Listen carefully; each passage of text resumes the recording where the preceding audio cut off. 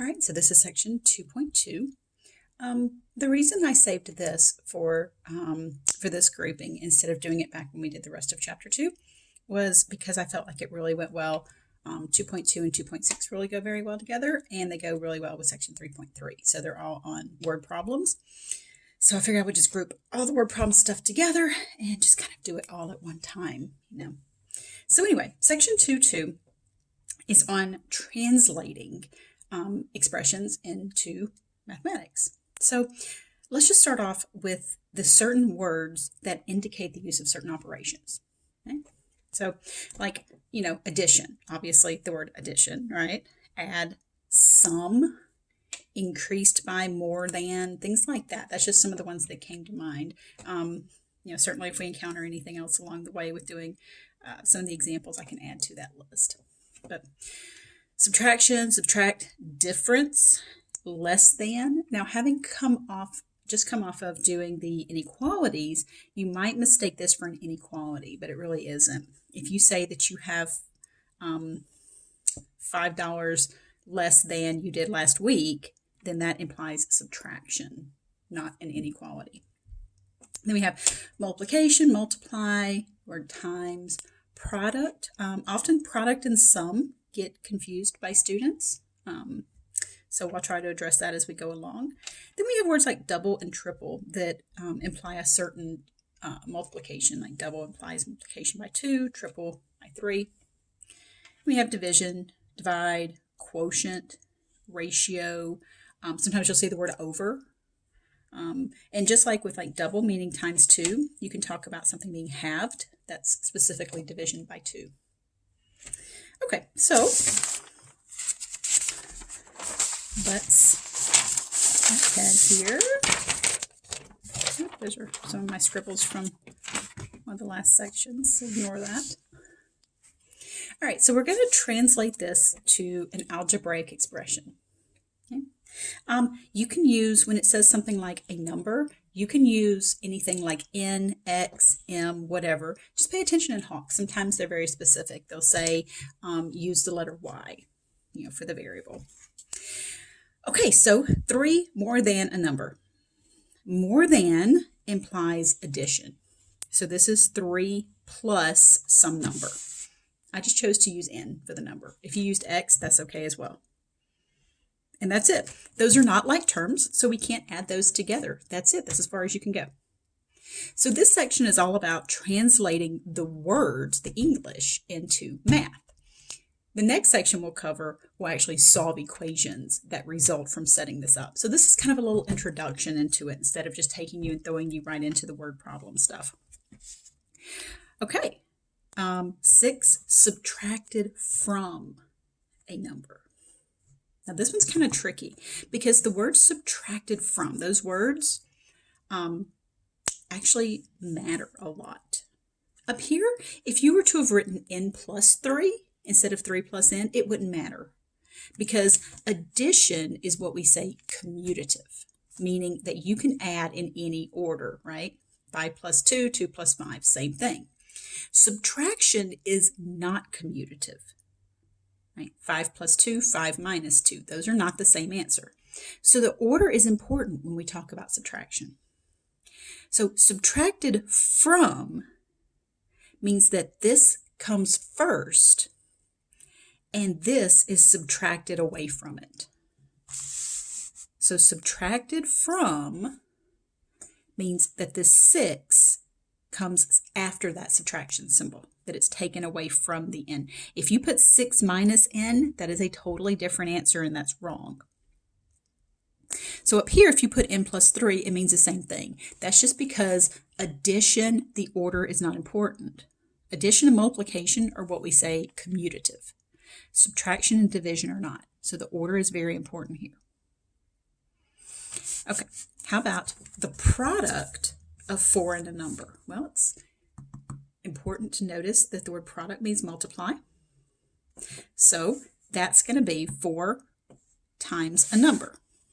Now, why didn't I put any, like a multiplication symbol there? Well, I could. I just didn't have to because we know that that smushing means multiplication.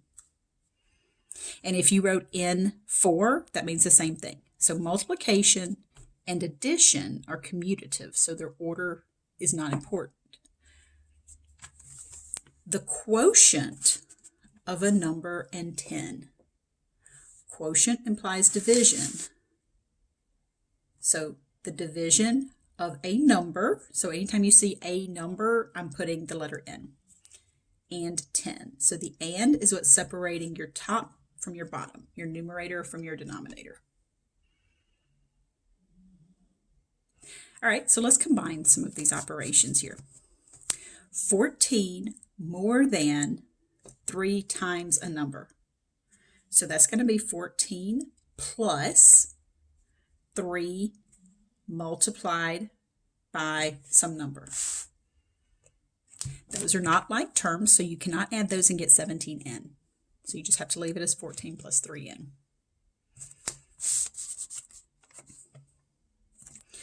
Okay, 5 subtracted from 8 times a number. Now remember, again, we have that subtracted from business. That means that this 5 is going to come after the subtraction sign. So we have this 8 times a number, and then 5 taken away from it. Again, I didn't write the multiplication here. Okay.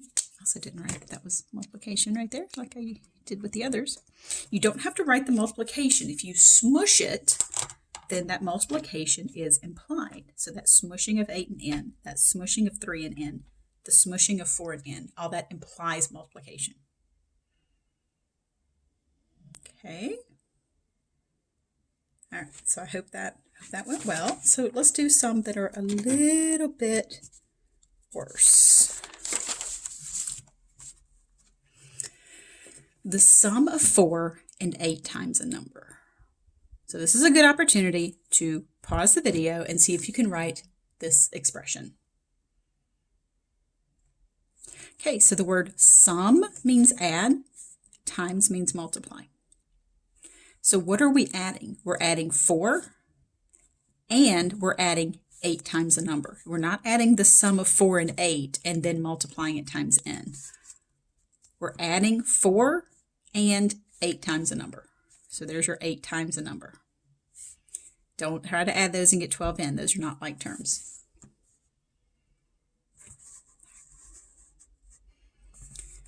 All right, pause the video and see if you can write the expression. The difference, that word, oh, it'd be helpful if I showed you the whole thing, huh? The difference, sorry about that.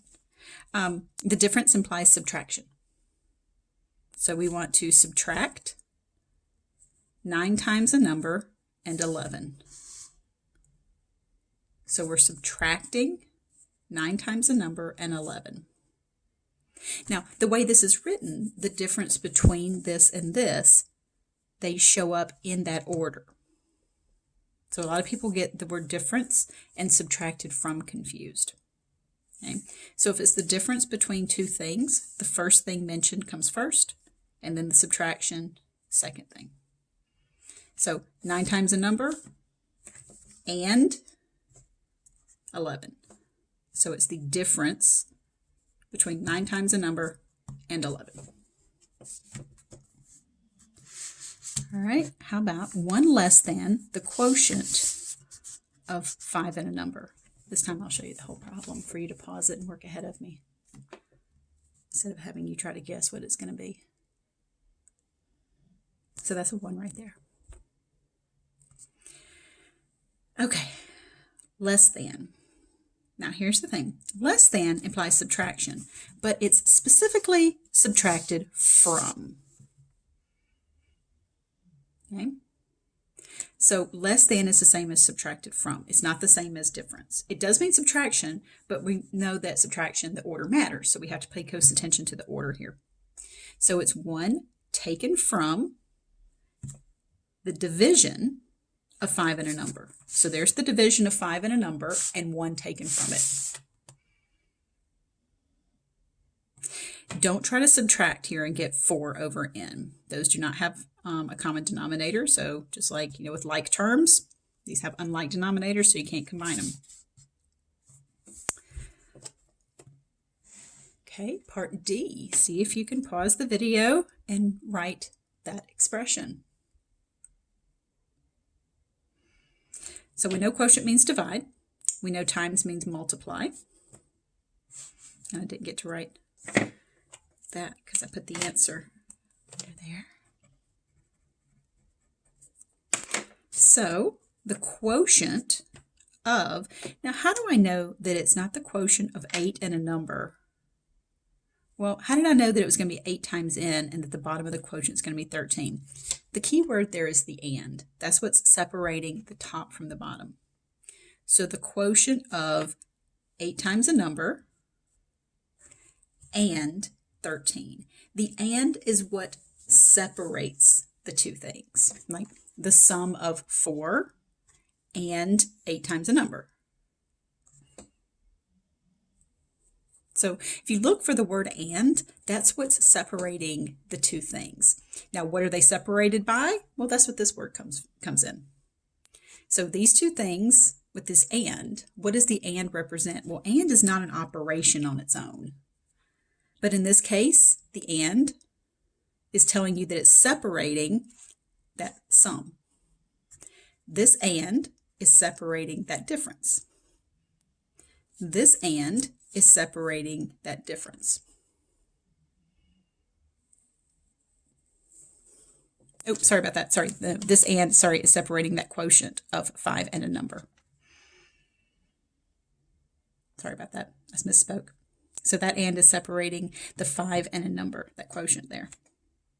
This and, same thing, separating that quotient of 8n and 13. Okay. Remember, less than means subtracted from.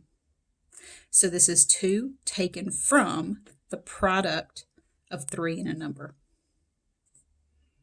So the product of what? 3 and n. And then this is taken from that. Okay. Okay, they're going to get a little messier, so I'm trying to ease you guys into it and hopefully make this not as terrible. 4 less than 3 times the sum of a number and 7. Now I realize that escalated, quickly, right? All right, we know that 4 less than is subtracted from. Now, what am I taking 4 away from? So I would start off, that 4 less than, I would start off by writing minus 4 over there. Like, I'm going to have some stuff, and I'm going to take 4 from it. Now, what am I taking 4 away from? I'm taking 4 away from 3 times the sum of a number and 7. Now, I'm not multiplying 3 times a number, or 3 times 7. I'm multiplying 3 times the sum of n and 7. So what I'm trying to convey here, that I tried to go back with my blue to show you, is that multiplying by the sum here is going to require parentheses. Okay, so that's 3 times the sum of what? A number and 7. And then 4 subtracted from that. You don't have to distribute that 3 and combine like terms. You can just leave it like that. Now this one is very similar to this one, but the wording is different, so the answer is going to be different. All right, again, we have 4 subtracted from. So my first thing would be to go ahead and just write that. That's something minus 4. Now what am I subtracting 4 from? 3 times a number. I'm not multiplying 3 times the sum. In order to multiply by a sum, you have to distribute. That way you're multiplying by that whole quantity. Here I'm just multiplying 3 times a number. So that's just 3 times n plus 7. So that 3 times n is where this blue stuff comes in. So I'm just trying to color code it a little bit for you so that maybe you can see the difference, because these look very much the same. Yeah, so I could easily see these getting confused. Okay, write an expression that represents the number of days in W weeks in 3 days. this sounds like super, super confusing, but let me do this. Let me give you a multiple choice here. So ignore this. So W weeks and 3 days. If we want an expression that represents that, well, let's say that, let's see, how many days are in 2 weeks and 3 days? So how many days is that? Well, you would take 2 times 7, right, to get the number of days in the 2 weeks, and then you would add 3. So you get 17, right? Cool. Okay, let's say it was 5 weeks and 3 days. All right, well, you would take 5 times 7 and add 3. So that would give you 38 days. All right, what if it was 10 weeks and 3 days? Well, you'd take 10 times 7. So I'm hoping that you'll see the pattern in here. Okay, so do you see the pattern that however many weeks, I'm always multiplying it by 7 and adding 3. So that's what's fixed about all of this. So going back to my original problem, I did it as multiple choice, and then silly me, I went ahead and circled the answer, because I'm a spaz apparently. So how many days are in W weeks and 3 days? Well, looking at these kind of multiple choice answers, you can see it's going to be 7 times the number of weeks. That'll give you the number of days in however many weeks, and then you add 3. This section has a few of these types of word problems to it, where you have to write an expression that represents the number of something, where you have to do a little conversion, so to speak. Okay, one more example, and that'll finish up this section. So along the same lines as the last one with the weeks and the days, see if you can write an expression for the number of minutes in H hours, we don't know how many hours it's going to be, and 37 minutes. So pause the video, see if you can write an expression following what I did for the last example. Okay, so let's just start off here, like I did last time with an example. 2 hours, 37 minutes. How many minutes is that?